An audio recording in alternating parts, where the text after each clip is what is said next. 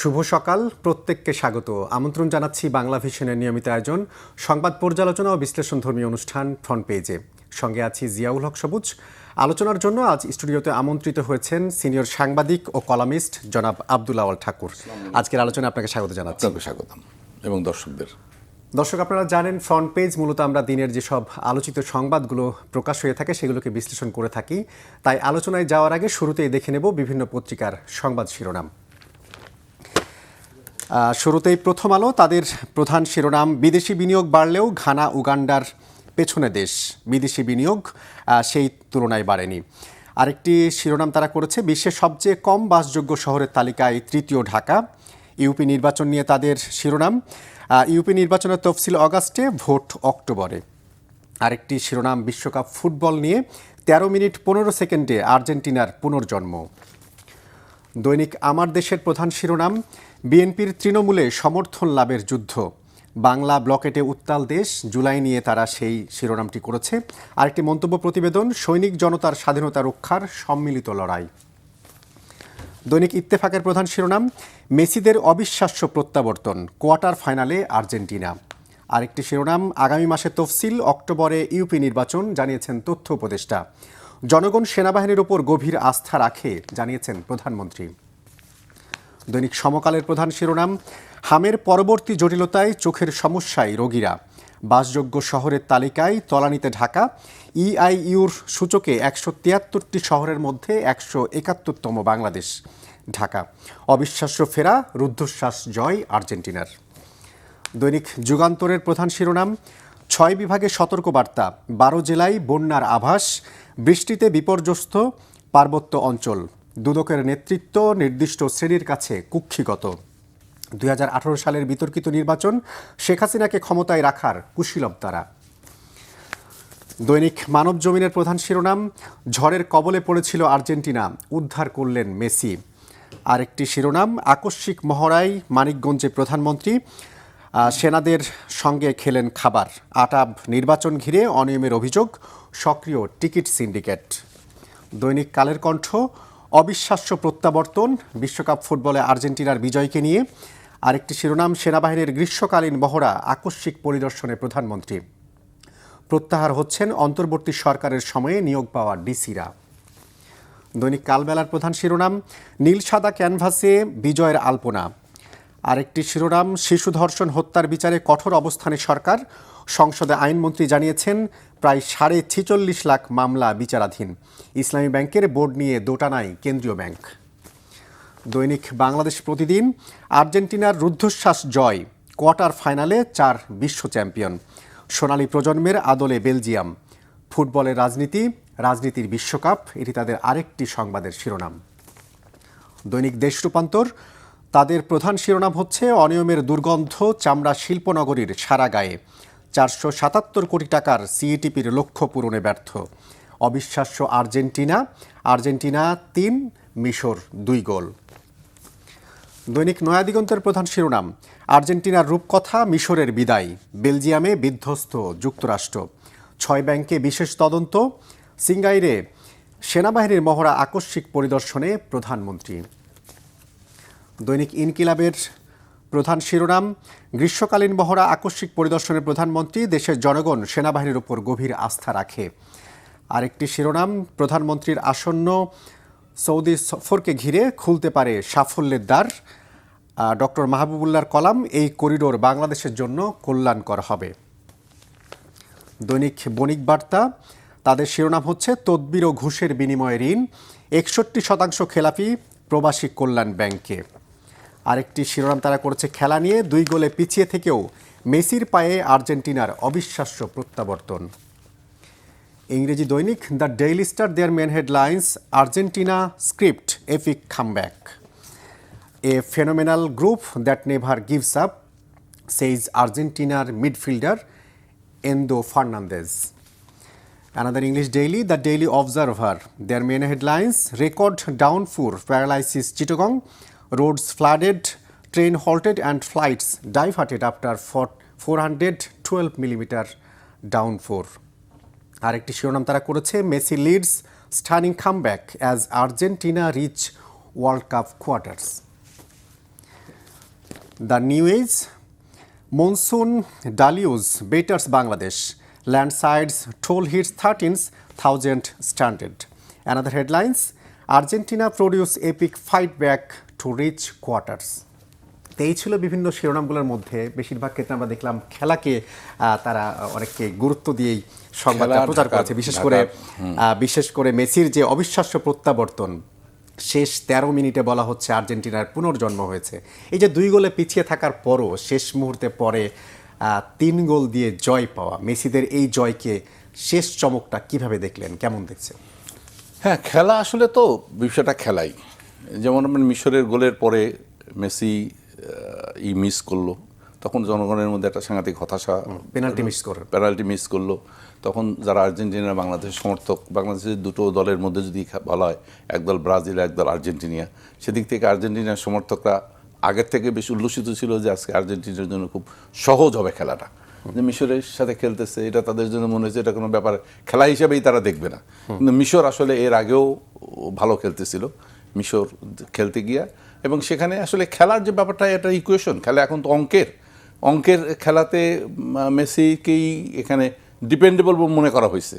Miss করার পরে যে হতাশা হয়েছে, তার পরবর্তীকালে সে সেটার প্রতিশোধ দিয়েছে। এটা আগেও মেসি আর একটা খেলার সময়ও এই কাজ করছে, মিস হওয়ার পরে যখন দর্শক হতাশ, তারপরেই সে তার নিজের ফর্মে আছে। এটা একদিক থেকে কৌশল হতে পারে। আমার কাছে মনে হয় যে ফার্স্ট হাফে এসে ছেড়ে দিয়ে সেকেন্ড হাফে খেলাটাকে নিজের নিয়ন্ত্রণে নিয়ে আসা, অঙ্কের যে হিসাব থাকে সেই সব। তবে আলটিমেটলি যেটা কথা সেটা হচ্ছে যে আর্জেন্টিনার দর্শকরা যে উন্মাদনার মধ্যে ছিল, তারা হাসি মুখে বাকি অংশটা ঘুমাতে পেরেছে রাতে, যে অন্তত তারা মনে করেছে না মেসি জিতেছে, মেসি জেতার মধ্যে দিয়ে তার নিজের জয়টা সে দেখেছে।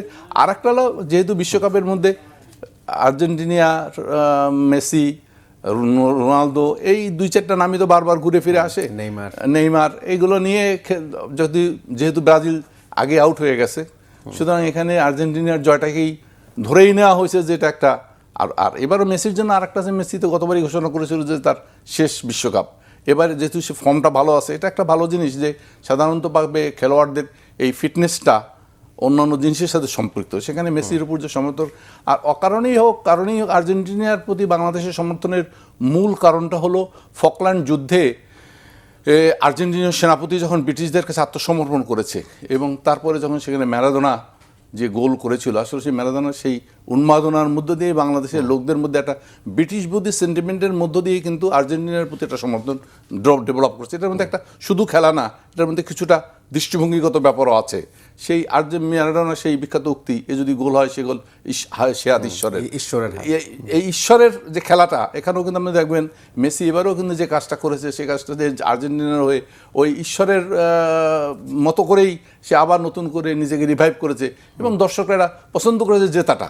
কথা হচ্ছে খেলা তো যিনি খেলবেন তার, দর্শকদের কিছু করার নেই, কিন্তু দর্শকদের এই অনুভূতিটা দর্শকদের পক্ষে নেওয়ার জন্য মেসির সহায়ক ভূমিকা পালন করেছে। এবং এটা ফুটবল খেলার জন্য একটা ইতিবাচক, যে মেসি থাকলো, অর্থাৎ যারা স্টেডিয়ামে দেখতেছেন তাদের জন্য একটা আশার আলো যে মেসি আছে, সুতরাং খেলাটা দেখা যাবে। বিশেষ করে এই যে উন্মাদনা, বাংলাদেশের নেশা, খেলা তো এক ধরনের নেশা, এক ধরনের ইয়ে থাকে, উন্মাদনা টিকে রইল। আরেকটি শিরোনাম আমরা দেখছিলাম যে বিশ্বে সবচেয়ে কম বাসযোগ্য শহরের তালিকায় 3য় ঢাকা। আমরা যেই ইকোনমিস্ট ইন্টেলিজেন্সের ইউনিটের গবেষণা, তারা বলছে 173টি শহরের মধ্যে 171তম হচ্ছে ঢাকা। কথা হচ্ছে আমরা যুদ্ধ বিধ্বস্ত যেই দামেস্কো কিংবা ত্রিপলি, তাদের পেছনে পড়ে গেলাম কেন? দেখেন, এই কথাটা কিন্তু আমরা আজকে থেকে যে বলছি তা না।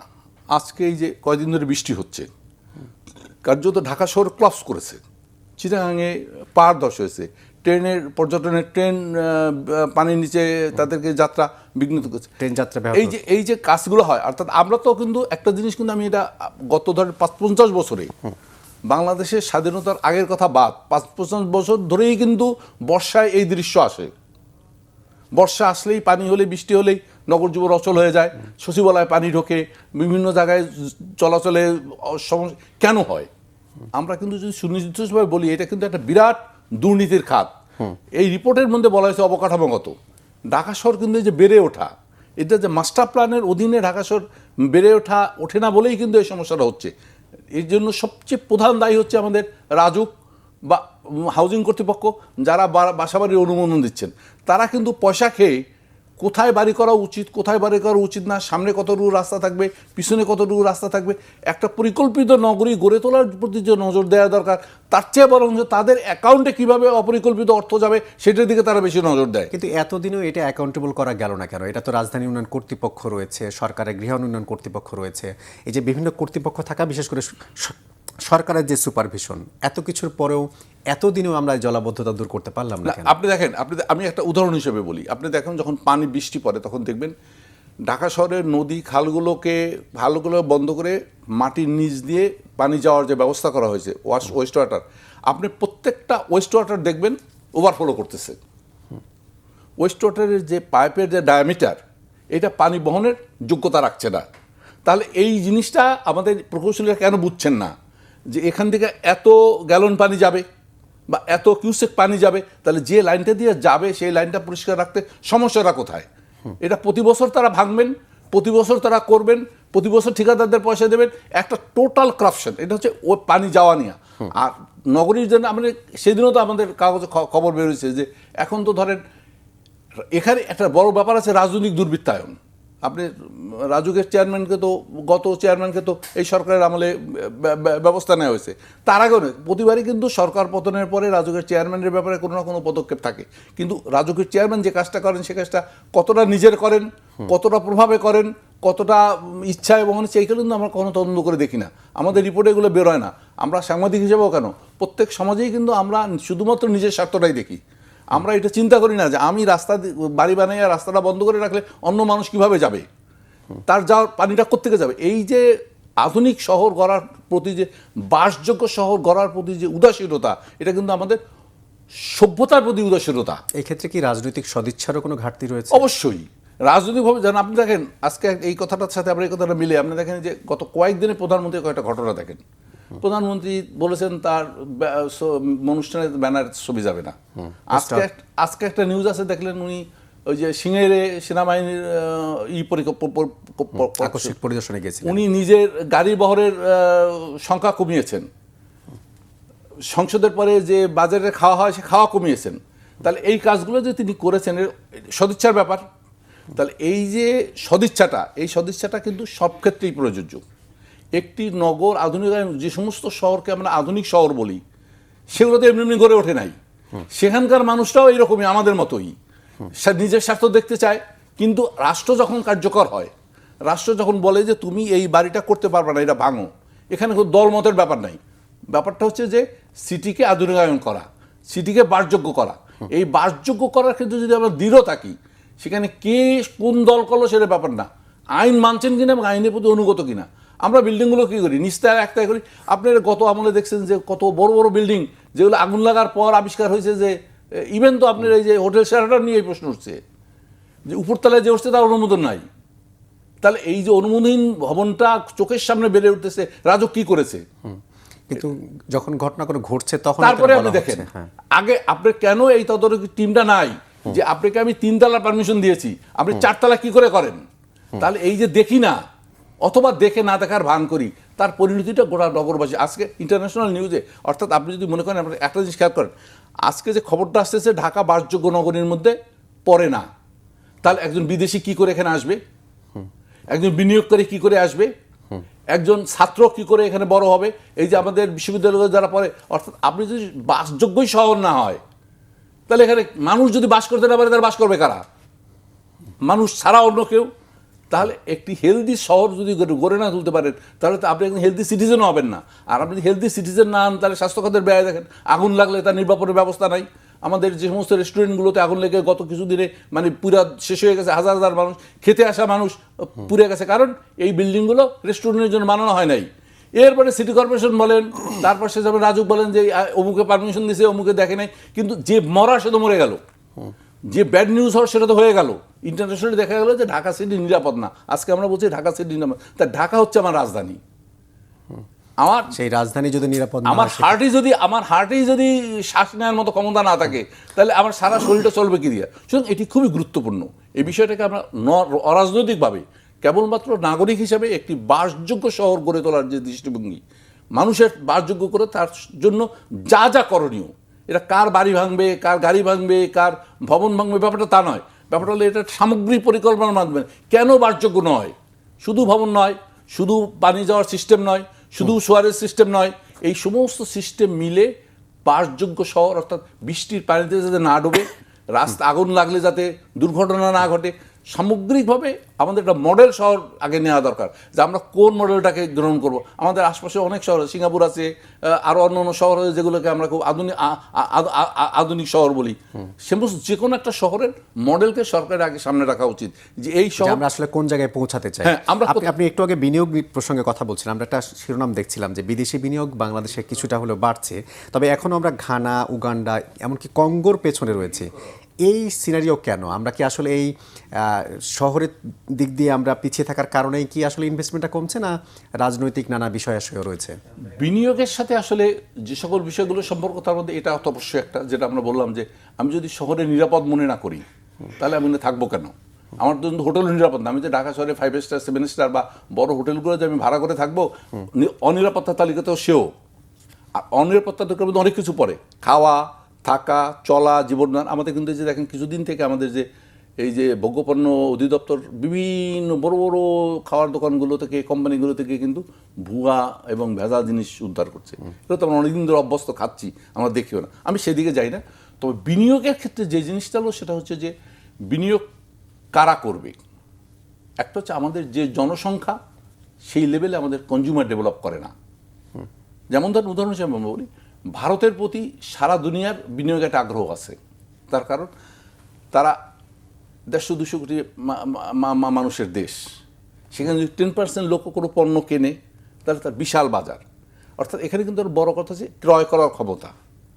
আরেকটা হচ্ছে যেমন চীন বা অন্যান্য অনেকগুলো দেশ আছে যারা শুধু উৎপাদন করে। যেমন আমরা জানি বাংলাদেশের গার্মেন্টস, আমেরিকা থেকে যখন জামা কেনেন তখন লেখা থাকে মেড ইন বাংলাদেশ।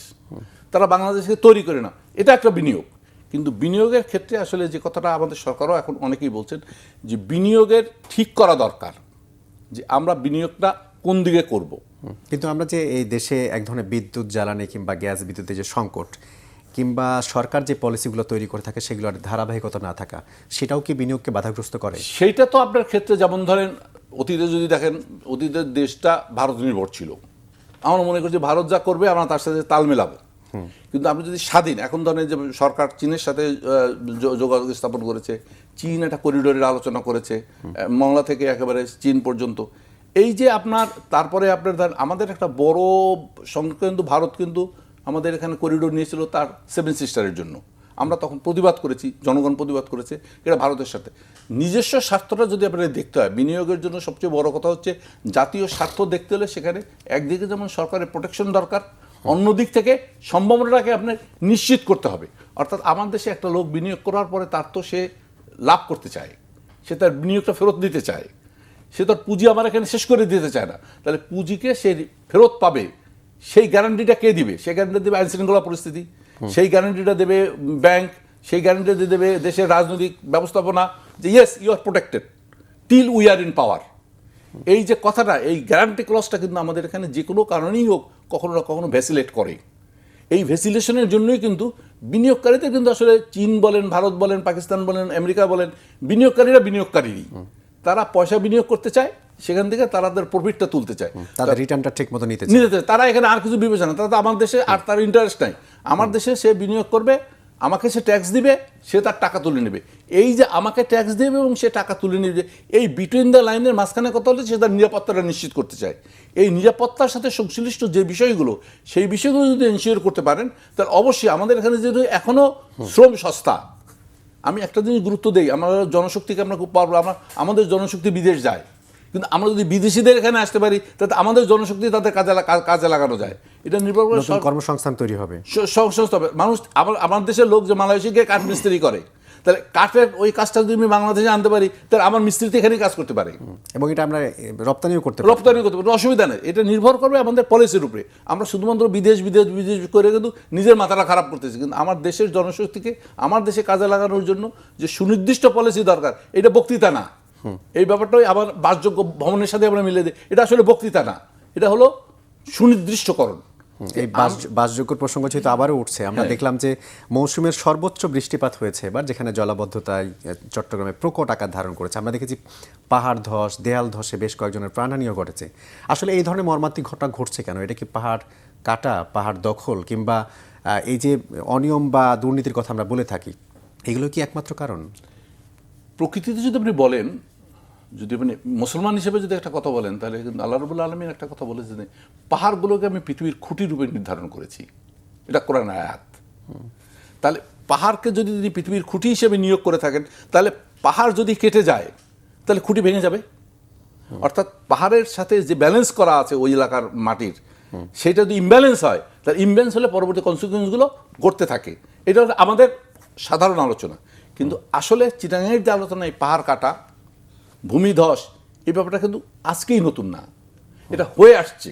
এবং এর সাথে বারবারই কিন্তু এই কথাটা বলা হয়, স্থানীয় প্রভাবশালী মহল, প্রশাসন, অর্থাৎ ব্ল্যাক মানি এটার সাথে যুক্ত, এবং এটার সাথে যুক্ত থাকার কারণে এই এবং চিটাগাংয়ে কিন্তু একসময় এই যে আবদ্ধ পানির যে স্টর্ম ওয়াটারের যে এটা আগে ছিল না। এটা গত কয়েক বছর থেকে কিন্তু আমরা চিটাগাংয়ের এই খবরটা খেয়াল করতেছি। সেখানেও কিন্তু চিটাগাং শহরটা যে গড়ে উঠতেছে, এই গড়ে ওঠার ক্ষেত্রে কিন্তু তাদের যে ভবন এবং অন্যান্য আনুষঙ্গিক যে অবকাঠামোগত যে ব্যাপারটা হলো, এটি নজর রাখা যায়। ঢাকার মধ্যে আগে ঢাকায় ছিল, চিটাগাংয়ে ছিল না। এখন ঢাকা চিটাগাং আস্তে আস্তে দেখবেন আপনি আমি যে গ্রামে বাস করি সেখানেও এটা ঘটতে থাকবে। কারণ যেভাবে সড়কগুলো তৈরি করা হচ্ছে, এই সড়ক থেকে পানি সরানোর যে ব্যবস্থা, খালগুলোকে দখল করে ফেলা হচ্ছে, পানি বেরোবার রাস্তা বন্ধ করে দেওয়া হচ্ছে, তাহলে পানি যাবে কোথায়? আমরা যের আগে আবদ্ধ পানি, এটা আমি সামারে টের পান না, কারণ সামারে বা উইন্টার আমি টের পান না, কারণ তখন পানি থাকে না। যখন পানি আসছে, এটা সাধারণভাবে যদি আপনি বলেন যে আমাদের এখানে বন্যা কেন হয়, আমাদের এখানে বন্যা হয় কারণ আমাদের উজানে যে পানি আটকে রাখছে, ফলে নদীর যে নাব্যতা, পানি ধারণ ক্ষমতাটা, সেই ধারণ ক্ষমতাটা হ্রাস পায়। হ্রাস পেলে বন্যার পানি ওভারফ্লো করে। এটা কিন্তু আপনি এখানেও একই জিনিস।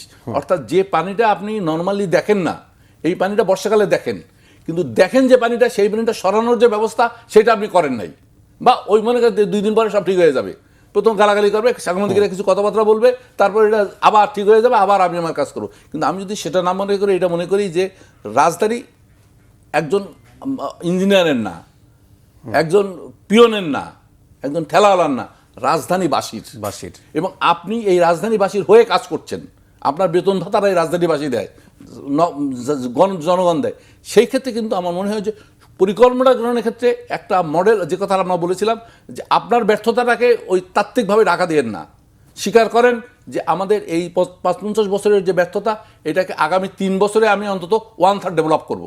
আপনি যদি 1/3 ডেভেলপ করার একটা পদ্ধতি শুরু করেন, সরকার পরিবর্তনের সাথে সাথে আগামী 3 বছর বা 5 বছরের মধ্যে ঢাকা শুধু বাসযোগ্য নয়, ঢাকা একটি মডেল শহরে পরিণত হতে পারে। দিল্লি কিভাবে গড়ে তুলছে, আপনি যদি মোগল আমলের কথা বলেন, মোগল আমলে ঢাকাকে রাজধানী করা হয়েছিল কেন? ঢাকার গ্রহণযোগ্যতার জন্যে। তাহলে এটাকে দুর্গ মনে করা হতো, চারিদিকে নদী ছিল, ঢাকার আবহাওয়া ভালো ছিল, ঢাকার মানুষ ফর্সা হতো। এটা ওয়েদার রিপোর্ট আছে, ঢাকার মানুষকে অন্য দেশের অন্য থেকে বলা হতো ঢাকার ওয়েদার সবচেয়ে ভালো। কিন্তু আজকে আপনি বলতেছেন ঢাকার শহর, ঢাকার আবহাওয়া সবচেয়ে খারাপ। তার মানে কি? এটা আমরাই করছি, উই পলিউটেড দ্য সিটি।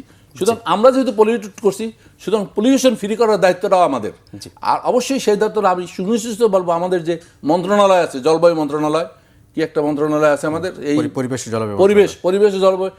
জলবায়ু মন্ত্রণালয়ের লাইসেন্স দেওয়ার ক্ষেত্রে যে সমস্ত সুযোগ সুবিধা আছে সেগুলো বাদ দিলেও ঢাকা এবং সারা বাংলাদেশকে পলিউশন ফ্রি করার জন্য আমাদের কিন্তু কয়লারও এমন কোনো ব্যবহার নাই। আপনি দেখবেন যে চীনে প্রচুর কয়লার ব্যবহার হয়, তারপরে তো তারা সিটির ডেভেলপমেন্ট করছে। তাহলে আমাদের এখানে কার্বনের ব্যবহার কম, শুধুমাত্র মানুষের শ্বাস আর এটা দিয়ে শহর দূষিত হয়ে গেছে। এটা খুব দুর্ভাগ্যজনক। জি, আমরা আলোচনা একেবারে শেষ পর্যায়ে রয়েছে। একটা বিষয় জানতে চাইবো যে এই যে আমরা যখন কথা বলছি, সেই জুলাইতে একসময় বাংলা ব্লকেটে উত্তাল ছিল দেশ, কিন্তু আমরা দেখেছি সাভারে এনসিপির সমাবেশে হামলা হয়েছে। এটা নিয়ে অনেকে কথা বলছেন, নাহিদ ইসলাম অভিযোগ করছেন সরকারের ছত্রছায়ায় এই হামলা হয়েছে। যদিও গতকাল তথ্য সম্প্রচার উপদেষ্টা বলছেন যে বক্তব্য পুরোটাই রাজনৈতিক। আসলে অভ্যুত্থান বা এই জুলাইয়ের সাথে যারা সম্পৃক্ত ছিল তাদের উপর এই জুলাইতে এসে হামলা, এটিকে আপনি কিভাবে দেখছেন? হ্যাঁ, শুরুতে একটা ভুল স্বীকার করে নিই। আমার শুরুতে উচিত ছিল শহীদ জুলাইয়ের যোদ্ধাদের প্রতি তাদের রুহের মাগফিরাত করা এবং তাদের প্রতি যথেষ্ট সম্মান প্রদর্শন করে আমাদের আলোচনা শুরু করা। আমি এখন সেটা করছি আপনার এই আলোচনা শুরু করার মধ্য দিয়ে, যেটা আমাদের এটাও আমাদের একটা ল্যাকিং, যে আমরা যাদের জন্য মুক্ত স্বদেশ, যাদের জন্য আমরা নিঃশ্বাস নিচ্ছি, আমরা তাদের প্রতি শ্রদ্ধা প্রদর্শন করতে ভুলে গেছি। আল্লাহ আমাদেরকে মাফ করুক। আপনি যে কথাটা তুলছেন সে কথাটাকে আমি এইভাবে দেখতে চাই, সেটা হচ্ছে যে জুলাই যোদ্ধা এবং সমাবেশ দুটোকে এক জায়গায় দেখা যাবে না। এটা রাজনৈতিক সমাবেশ। সরকারের পক্ষ থেকে আমি যদি রাজনৈতিক সমাবেশের দৃষ্টি থেকে বলি, তাহলে রাজনৈতিক সমাবেশ করার অধিকার প্রত্যেকটি রাজনৈতিক দলের আছে। এটা এনসিপিরও যেমন অধিকার রয়েছে, জামাতেরও যেমন অধিকার রয়েছে, সরকারি দলের অধিকার রয়েছে। সুতরাং এই রিপোর্টের মধ্যে যে অংশটা আছে, মিটিং চলাকালে বিদ্যুৎ চলে গেছে, তারপর বিদ্যুৎহীন অবস্থায় সভা হয়েছে, সেখানে বিস্ফোরণ হয়েছে, এখানে আমি ব্যক্তিগতভাবে মনে করি, যদিও একটা নিউজ দেখলাম, আমি জানি না যে দুজনকে ধরেছে, তাদেরকে ওই এনসিপি সদস্য হিসেবে কে কিভাবে করেছে, এই জিনিসটা আমাদের কাছে এখন অন্ধকার। তবে এই জিনিসটা সঙ্গত নয়, নিশ্চয়ই এই জিনিসটা সঙ্গত নয় এই কারণে যে আমরা যে ফ্যাসিবাদের বিরুদ্ধে লড়াই করেছি তার মূল লক্ষ্য কি? ফ্যাসিবাদ তো এইটাই যে অন্যের মত প্রকাশ করতে দেওয়া হয় না, অন্যকে দমন করা। তাহলে আমি যদি অন্যের মতকে লালন করতে না পারি, তাহলে আমি ফ্যাসিবাদ মুক্ত, এটা তো ওইভাবে দাবি করা যাবে। এটা স্থানীয় প্রশাসনের শেষ করে দেবো আমরা এই কথা বলে, যেটা মূলত আমি মনে করি স্থানীয় প্রশাসনের ব্যর্থতা। স্থানীয় প্রশাসনের যারা দায়িত্বে আছেন তাদের উচিত ছিল এই এনসিপির মিটিংগুলো যেখানেই হয় সেখানে তদারকি করা, এবং মিটিংগুলো এনসিপিকে আমি বিপ্লবের অংশ বাদ দিলেও আমি বলতে চাই একটি রাজনৈতিক দল হিসেবে রাজনৈতিক দলের সমাবেশে এক ধরনের নিরাপত্তা বিধান করা আমাদের এই ফ্যাসিবাদ বিরুদ্ধে আন্দোলনের অন্যতম লক্ষ্য ছিল।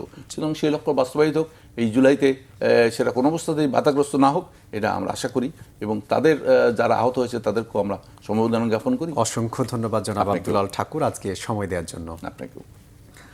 দর্শক, এই ছিল আজকের ফ্রন্ট পেজ। এতক্ষণ যারা সঙ্গে ছিলেন সবাইকে ধন্যবাদ। ভালো থাকবেন সবাই। শুভ সকাল।